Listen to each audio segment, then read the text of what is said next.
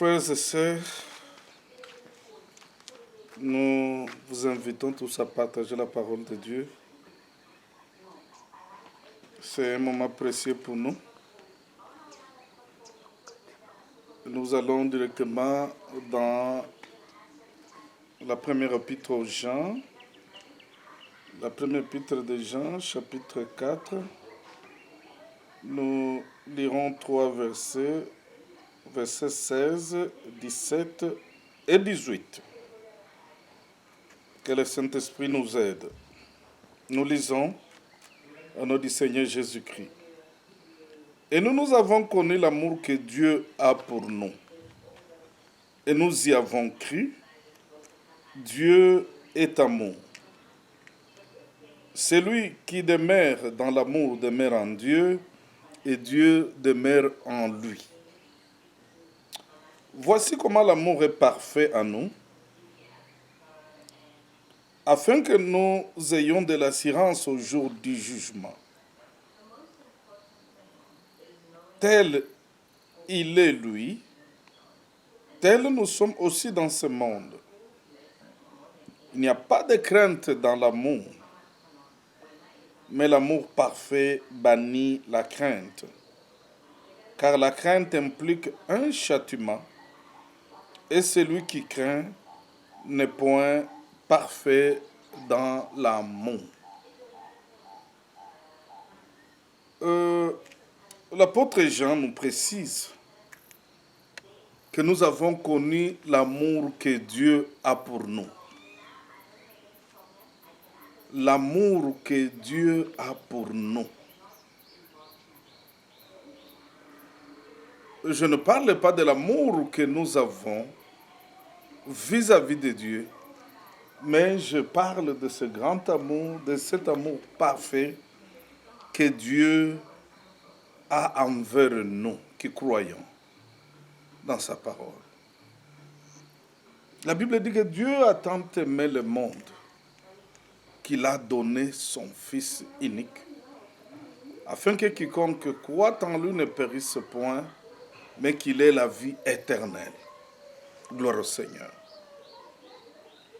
L'amour que Dieu a pour nous, c'est un amour inconditionnel, c'est un amour parfait, c'est un amour qui ne demande pas de qualité aux bénéficiaires. C'est un amour, je le répète encore, sans condition. L'amour dans ce monde, l'amour de ce monde est lié aux intérêts, est lié aux qualités, est lié à des différentes qualifications. Mais Dieu nous a aimés. Pendant que nous étions pécheurs, son Fils est mort pour nous à la croix. La Bible nous demande de nous appuyer sur l'amour que Dieu a pour nous. Parce que celui-là est parfait. Et non sur l'amour que nous avons pour Dieu. Celui-là, il est en train de croître. Au fur et à mesure que nous découvrons Dieu, nous avons la révélation de Dieu, la révélation de Jésus-Christ, le Dieu qui s'est manifesté en chair. Et nous croyons à cet amour, nous le pratiquons, notre amour vis-à-vis de Dieu grandit. Mais l'amour que Dieu a pour nous, il est parfait. Il n'a pas besoin de grandir. Et je dois vous informer, peuple de Dieu, que nous n'avons rien à faire pour que Dieu nous aime davantage.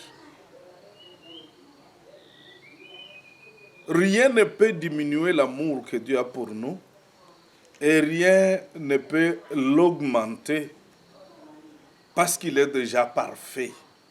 Ce qui est parfait n'a pas besoin d'être augmenté, n'a pas besoin de grandir ou de diminuer.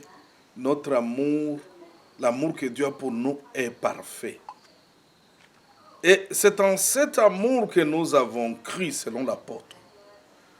C'est là que notre foi se fonde, l'amour parfait de Dieu. Parce que celui-là ne pourra jamais changer. Il demeure éternel. Il demeure sans condition, je le répète encore. L'amour que Dieu envers toi, ma sœur, ne changera jamais. Quel que soit ton état, quel que soit ton comportement, quelle que soit ta façon d'agir, l'amour que Dieu a pour toi demeure parfait.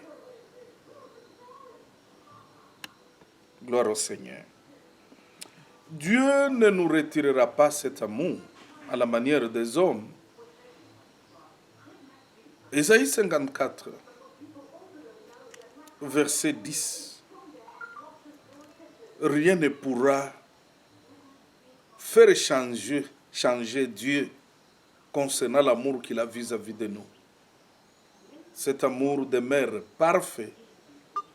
Cet amour demeure inchangé. La Bible dit, et même quand les collines se branleraient, je suis en train de citer Ésaïe 54, 10, quand les montagnes chanceleraient, quand les collines se branleraient, l'amour que Dieu a pour nous ne changera jamais, ne sera jamais retiré de nous, et l'alliance de paix que Dieu a fait avec nous. Parce qu'Ésaïe 53 parle de l'œuvre de la croix. Ésaïe 54 nous parle des bénéfices de cette œuvre de la croix. Alors nous comprenons, nous réalisons que l'amour que Dieu a pour nous va demeurer éternellement. Il ne changera pas. Les collines peuvent se branler, les montagnes peuvent chanceler, mais l'amour de Dieu que Dieu a pour nous demeure stable, inchangé, éternel.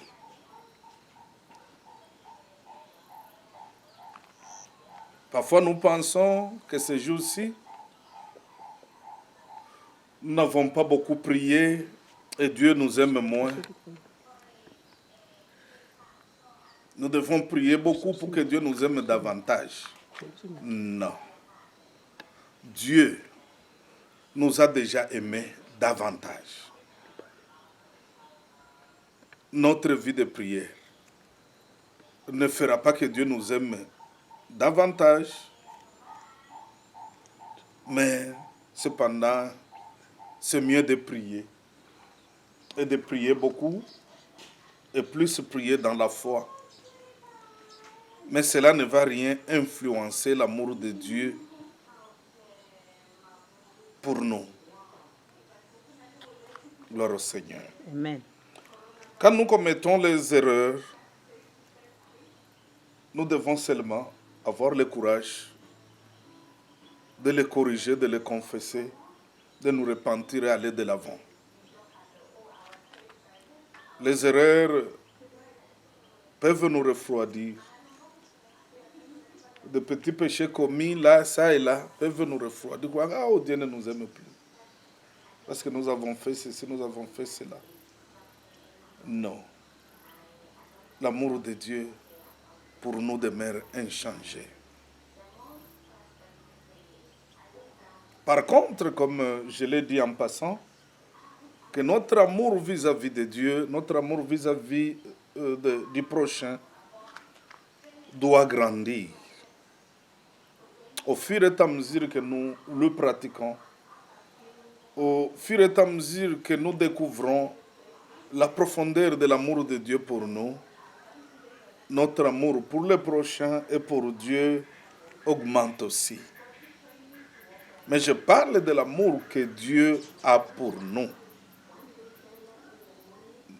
Au fil du temps, je parlerai aussi de l'amour que nous avons vis-à-vis de notre prochain et l'amour que nous avons vis-à-vis de Dieu. Dans Galates 5, verset 6, on parle de l'amour, de la foi agissante par l'amour. La foi agissante par l'amour. De quel amour l'apôtre Paul est en train de parler? Parle-t-il de l'amour que nous avons vis-à-vis de notre prochain, vis-à-vis de Dieu? Ou l'apôtre fait mention de l'amour que Dieu a pour nous, l'amour parfait? Bien sûr, l'apôtre fait mention à ce dernier, l'amour parfait, l'amour que Dieu a vis-à-vis de nous. C'est cet amour que nous devons nous appuyer. C'est sur cet amour que notre foi doit être fondée. Ce que nous avions lu au verset 16. Et nous avons connu l'amour que Dieu a pour nous et nous y avons cru. Nous y avons cru. Cru dans quel amour? Dans l'amour que Dieu a pour nous. Plus nous découvrons que Dieu nous aime davantage sans condition, plus nous lui faisons confiance. La foi, c'est la confiance en Dieu. La confiance de cet amour qu'il a manifesté à la croix. Comme il est dit dans la Bible qu'il est difficile de mourir pour quelqu'un de bien. Peut-être certains le feront. Mais Dieu, pour montrer le grand amour qu'il a pour nous, alors que nous étions des impies, alors que nous étions des pécheurs, nous vivions dans l'iniquité, Christ est mort pour nous. C'est cet amour que David, en image qu'il manifeste vis-à-vis de Jonathan, et l'amour que Jonathan a vis-à-vis de David. La Bible dit que l'amour que David avait pour Jonathan était au-dessus de l'amour des femmes. Gloire au Seigneur. Généralement, l'amour des femmes est basé sur les qualités de l'homme à épouser, de l'homme à aimer. Il doit être ingénieur, il doit être médecin, il doit être éduqué, il doit être ceci, il doit être cela.